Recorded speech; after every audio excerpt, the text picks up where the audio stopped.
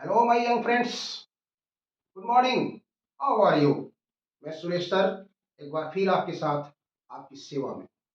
लेकिन आज मैं आपके साथ जो लेकर आया हूँ ना, वो है एक पिटारा, एक सफलता की कुंजी।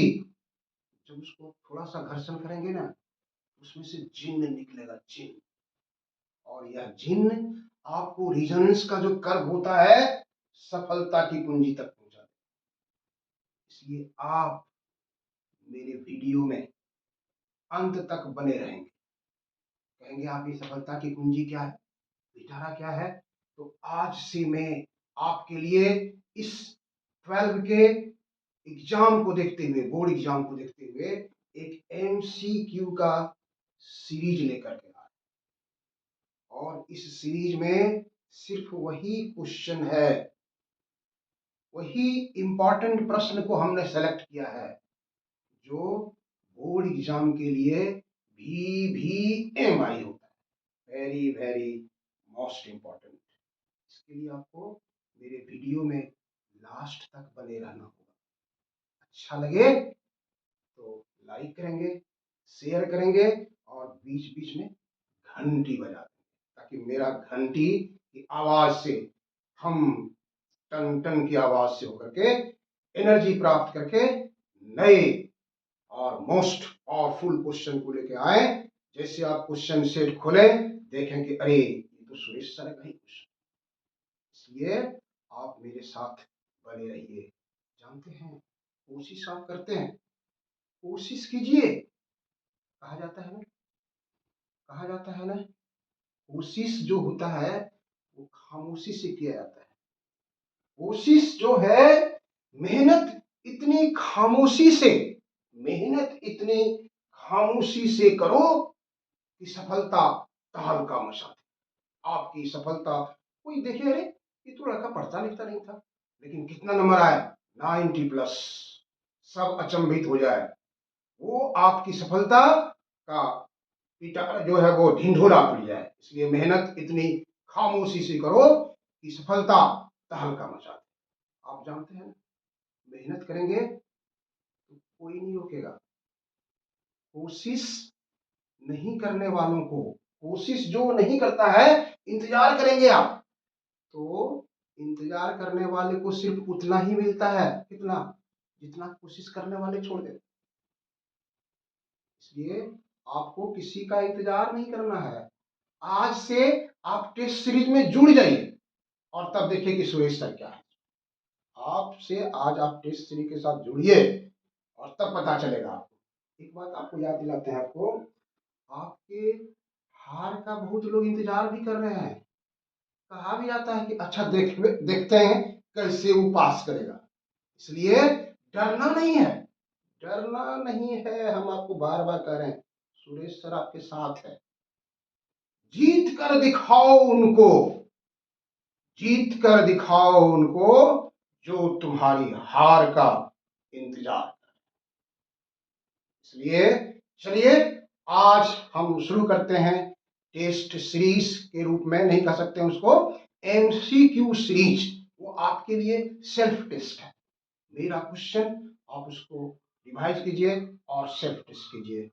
आज का जो टेस्ट सीरीज का, सॉरी मैंने इसको सीरीज के रूप में आप ले सकते हैं, एमसीक्यू सीरीज का जो पहला सेट है वो हम आज यहाँ शुरू कर रहे हैं। आप उसमें, आप वीडियो में अंत तक बने रहिए और थोड़ा थोड़ा जो बात बोले उस पर देखिए। हमने यहाँ बोर्ड पर लिखा है आपको MCQ JAC and Bihar board, दोनों परीक्षा भी साथ होने वाली है। पहला क्वेश्चन हमने लिया है, किसी वस्तु पर आवेश किसके स्थानांतरण के कारण उत्पन्न होता है। तो आप मेरा अगर पहला देखे होंगे ना वीडियो, तो वहां पर आपको बताए थे बेसिक पार्टिकल्स, किसी वस्तु का निर्माण इलेक्ट्रॉन, प्रोटॉन, न्यूट्रॉन से होता है। पोजीशन भी बताए थे, छोटा वाला घर जो अंदर में होता है उसको क्या कहते हैं, न्यूक्लियस ना। न्यूक्लियस में कौन कौन रहता है, प्रोटॉन और न्यूट्रॉन। इलेक्ट्रॉन बेचारा चारों ओर घूमते रहता है, वही इधर से उधर जा सकता है। तो यहाँ लिखा है किसी वस्तु पर आवेश किसके कारण उत्पन्न होता है, इलेक्ट्रॉन, प्रोटॉन, न्यूट्रॉन अल्फा कण। तो बाहर जो घूमता है वही यहाँ वहां जा सकता है, इसलिए इसका आंसर होगा इलेक्ट्रॉन। इलेक्ट्रॉन इसका आंसर है। दूसरा क्वेश्चन है, धन आवेश वस्तु में होती है। धन आवेश वस्तु में कैसे होती है? धन आवेश वस्तु में कैसे होती है? चार ऑप्शन है, ध्यान दीजिए। प्रोटॉन की अधिकता, प्रोटॉन की कमी, इलेक्ट्रॉन की अधिकता, इलेक्ट्रॉन की कमी। आपको क्या बताए थे? जब आप घर्षण करेंगे तो कौन जाएगा? इलेक्ट्रॉन चला जाएगा। जब इलेक्ट्रॉन चला गया तो उस पर धन आवेश उत्पन्न होगा। तो इलेक्ट्रॉन, धन आवेशित वस्तु में इलेक्ट्रॉन चला गया, इसलिए उसमें इलेक्ट्रॉन की कमी होगी। धन आवेशित वस्तु में होती है इलेक्ट्रॉन की कमी। ऋण आवेशित वस्तु में क्या होता है? आपको बताए थे, जब दो वस्तु को रगड़ेंगे तो एक से निकला इलेक्ट्रॉन दूसरे में प्रवेश करेगा, उसमें इलेक्ट्रॉन की संख्या बढ़ जाएगी और वो नेगेटिवली चार्ज हो जाएगा। इसलिए ऋण आवेशित वस्तु में होती है इलेक्ट्रॉन की अधिकता, इलेक्ट्रॉन की कमी, इलेक्ट्रॉन की अधिकता, इलेक्ट्रॉन की कमी, प्रोटॉन की अधिकता, प्रोटॉन की कमी। तो उसमें क्या होगा? आपको इलेक्ट्रॉन अधिक हो गया, इसलिए इलेक्ट्रॉन की अधिकता हो गया। Excess of electron, due to excess of electron negatively charge is produced. अब देखिए नंबर 4 क्वेश्चन, देखिए सिलसिलेवार है क्वेश्चन, है एक दूसरे से जुड़ा हुआ।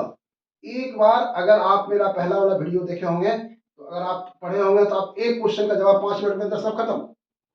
नहीं तो समय मिले देख लीजिए और फिर यहाँ आराम से देखिए ना, आपको कोई कष्ट नहीं होगा।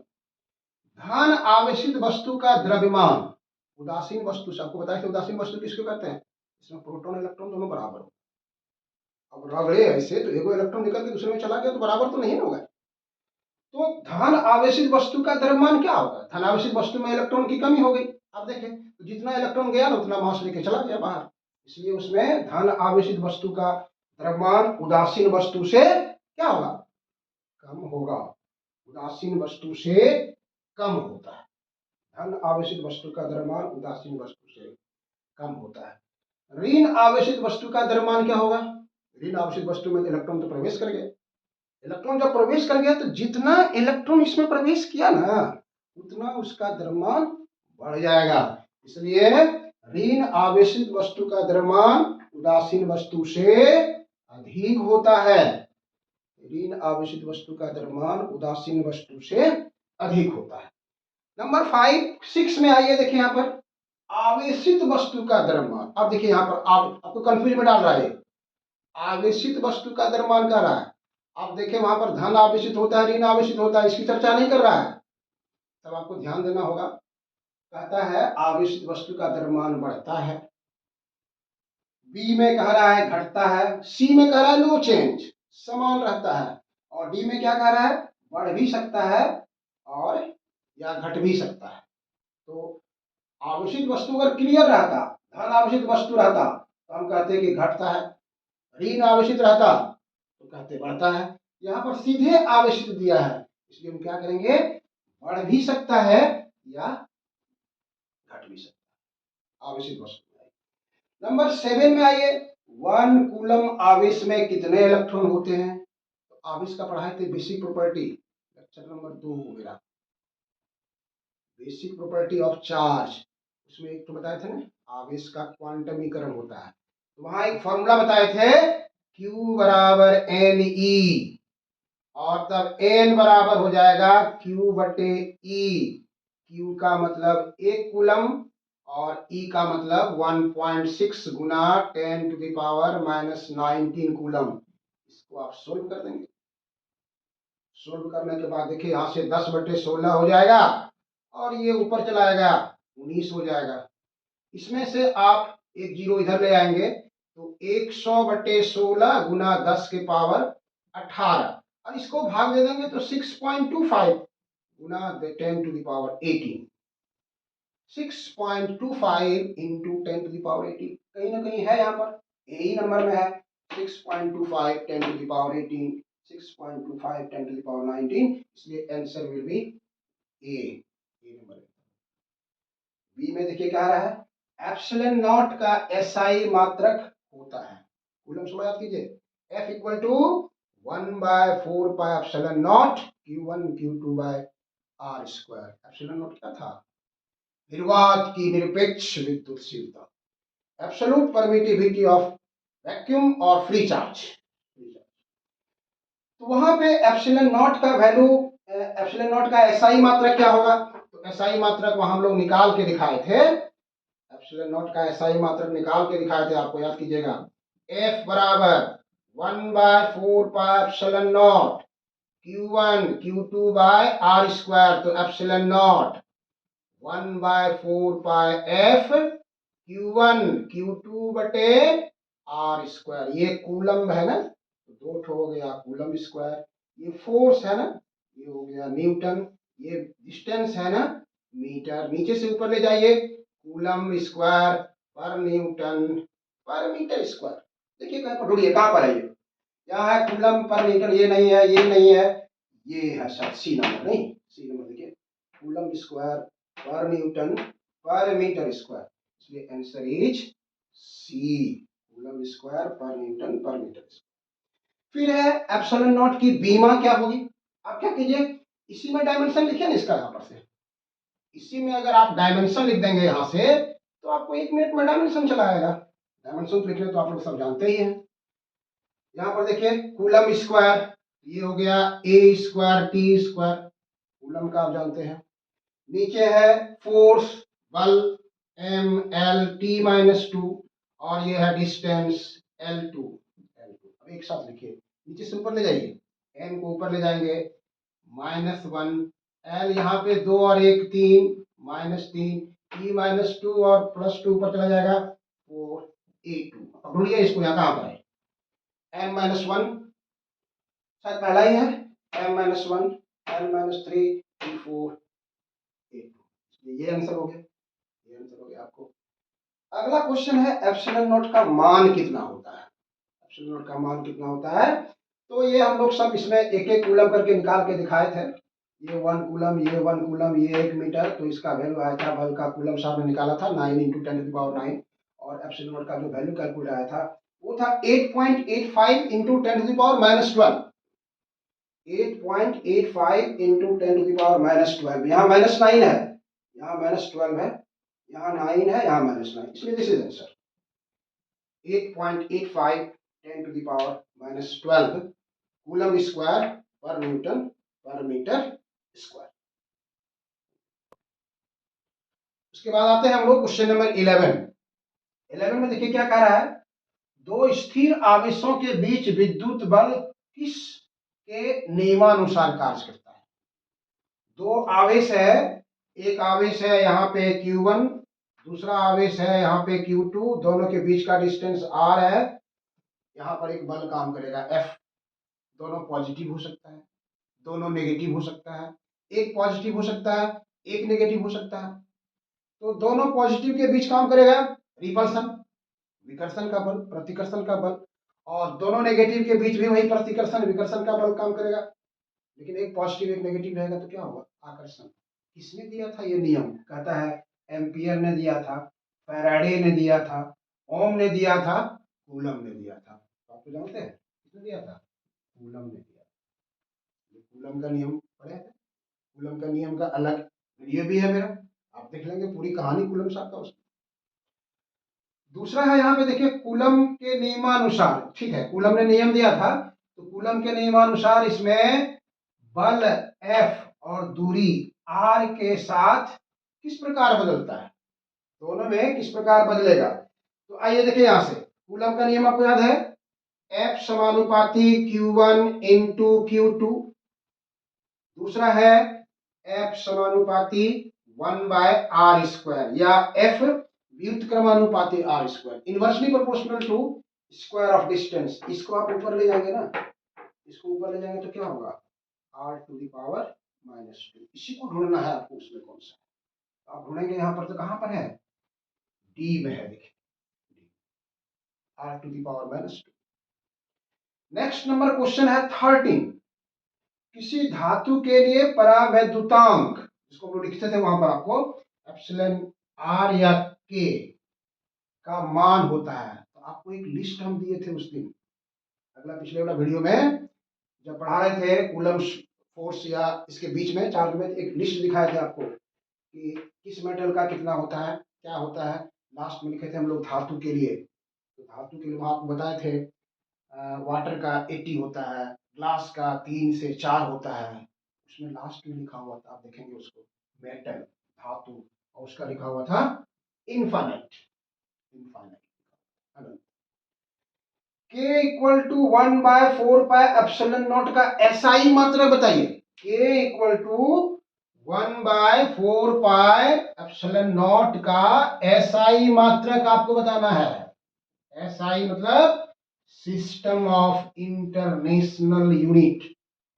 कहां से मिलेगा आपको? कूलम्ब साहब को पकड़िए ना, 1/4 pi epsilon naught Q1 Q2/R²। किसको खोज रहा है? 1/4 पर यहां रखा हमने, बाकी सबको इधर ले आए, F(R²) चला गया और Q1 Q2 नीचे आ गया। ये हो गया आपका 1/4 पाई एप्सिलॉन नॉट। अब क्या करना है, इसको बिठा दीजिए। ये क्या हुआ? F न्यूटन, R क्या हुआ? दूरी, मीटर स्क्वायर, ये coulomb into coulomb, coulomb square, ले जाइए, क्या होगा? न्यूटन मीटर स्क्वायर पर कूलम स्क्वायर। ढूंढिए कहां पर आपका न्यूटन मीटर स्क्वायर पर coulomb square, B number, B number में है आपका न्यूटन मीटर स्क्वायर पर कूलम। आइए अगला क्वेश्चन 15। किसी उदासीन वस्तु से कितना इलेक्ट्रॉन हम हटा दें कि उसमें +1.0 इंटू 10⁻⁻7 कूलम का आवेश उत्पन्न होगा। आप जानते हैं इलेक्ट्रॉन हटाने से ही प्लस आएगा, और इलेक्ट्रॉन ग्रहण करेगा तो क्या होगा? माइनस हो जाएगा। तो कितना इलेक्ट्रॉन हटाएंगे, तो कहां से आएंगे आप? इस फॉर्मूला को पकड़ेंगे, Q equal to NE, N बराबर Q बटे E, Q/E। Q है आपका 1 इंटू 10⁻⁻7 कूलम, यहां दिया हुआ है क्वेश्चन में, और ये तो आपका अपना है कितना? 1.6 गुना 10⁻⁻19 कूलम। कूलम कूलम कैंसिल, ये ऊपर चला जाएगा 10/16, और ये है 10⁻⁻7, ऊपर चला गया +19, ये हो जाएगा 10/16 और 19 माइनस ये कितना हो गया आपको? 12, 12 आ गया। लेकिन 12 में आप क्या कीजिए, यहां से पॉइंट मेंशन नहीं है, इसलिए एक जीरो इधर ले आइए आप। 100/16 इंटू 10⁻12, इसमें आप डिवाइड करेंगे तो ये आ जाएगा 6.25 इंटू 10⁻, यहाँ घट जाएगा नहीं तो 12 में से एक यहाँ चला गया तो 11 में बचेगा जी, इसलिए 10⁻11। अब ढूंढिए उसको, कहां पर है कहीं पर भी नहीं है ये, है तो ये नंबर में है 6.25 इंटू 10⁻11, इसलिए दिस इज ओके। अब आइए क्वेश्चन नंबर 16, देखिए क्वेश्चन नंबर 16 यहाँ कह रहा है डी दूरी से अलग, हमने यहाँ पर आर दूरी लिया था, आर दूरी लिया था, अब इसको हम डी दूरी मानते हैं। डी दूरी इसको हम मान रहे हैं, डी दूरी से अलग दो स्थिर आवेशों के बीच F न्यूटन का बल काम करता है, तो ये डी कर दिया हमने, यहां कर दिए डी स्क्वायर। और क्या कह रहा है, दोनों आवेशों को उतनी ही दूरी पर एप्सिलॉन आर इक्वल टू 2 के माध्यम में रख दीजिए। एप्सिलॉन आर का वैल्यू बताए थे वहां, जैसे मेटल के लिए यहाँ पर लिखा है इन्फिनिटी में, ग्लास है, वाटर है, ऐसे मटेरियल में रखिए, एक ऐसा लिक्विड है जिसमें रख दिए कि एप्सिलॉन आर का वैल्यू 2 है वहां पर, तो उसका क्या हो जाएगा, ये उसका फॉर्मूला अगर मान लिया एफ डैश मान लेते हैं, 1/4 pi epsilon naught into epsilon R और Q1 Q2/d², इसलिए एफ डैश बसे एफ कर दीजिए, इसमें इससे भाग दे दीजिए। देखिए ये तो पूरा कट ही गया, ये पूरा कट गया, क्या बचा आपका 1/एप्सिलॉन आर, मतलब 1/2 एप्सिलॉन का वैल्यू आपको दिया है 2, इसलिए एफ डैश कितना हो जाएगा तब आपका, एफ डैश हो जाएगा, ये एफ वहां भेज दीजिए ना, F/2 आधा हो जाएगा, जितना पहले था, पहले एफ था तो F/2 हो जाएगा।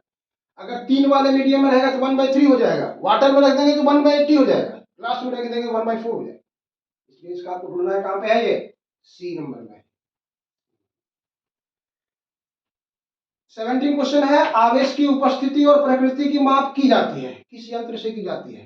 देखिए, gold leaf electroscope, telescope, microscope, stethoscope. आप जानते हैं टेलीस्कोप क्या होता है?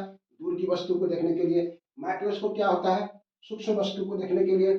स्टेथोस्कोप क्या होता है? डॉक्टर साहब यूज करते हैं। यही बच गया हम लोग का गोल्ड लीफ इलेक्ट्रोस्कोप, वहां बताए भी थे।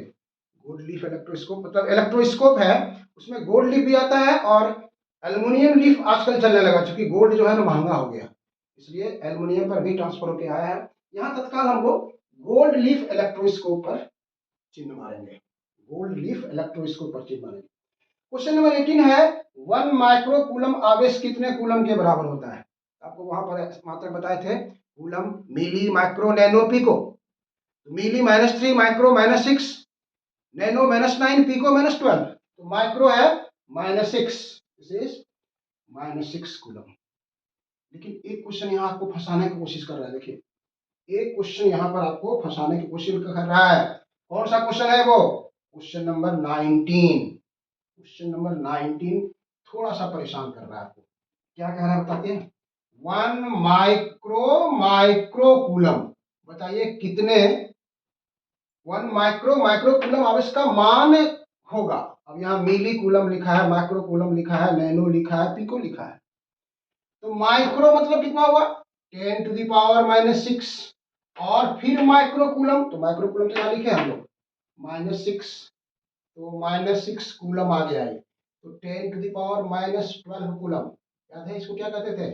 पिको कूलम कहते। 1 पिको कूलम बराबर 10⁻⁻12 होता है। इसलिए इसका आंसर हो जाएगा कौन? मिली नहीं होगा, माइक्रो नहीं होगा, नैनो नहीं होगा, और पिको होगा। क्वेश्चन नंबर 20 है, समान आवेशों में प्रतिकर्षण और असमान आवेशों में आकर्षण होता है, यह किसका नियम है? समान आवेशों में प्रतिकर्षण का बल या आकर्षण का बल जो काम करेगा वो काम करेगा कूलम के नियम के अनुसार, याद रखिएगा। लेकिन ये जो आकर्षण और विकर्षण का बल होता है, ये किसने दिया था? नाम सुनिए, कूलम नहीं, ओम नहीं, फैराडे नहीं, कैवेंडिश। कैवेंडिश साहब ने दिया था इसको कि समान आवेशों में प्रतिकर्षण होगा और असमान आवेशों में आकर्षण होगा। ये जो आज का मेरा क्या कहते हैं पिटारा था ना, आप देखेंगे उसको, थोड़ा सा उसमें चिंगारी मारेंगे ना, जिन्न उत्पन्न होगा, जिन्न। और ये जिन्न आपको सफलता की कुंजी का, सफलता की चोटी तक पहुंचा देगा। इसलिए वीडियो अच्छा लगे तो लाइक कीजिए, सब्सक्राइब कीजिए और शेयर कीजिए। Thank you.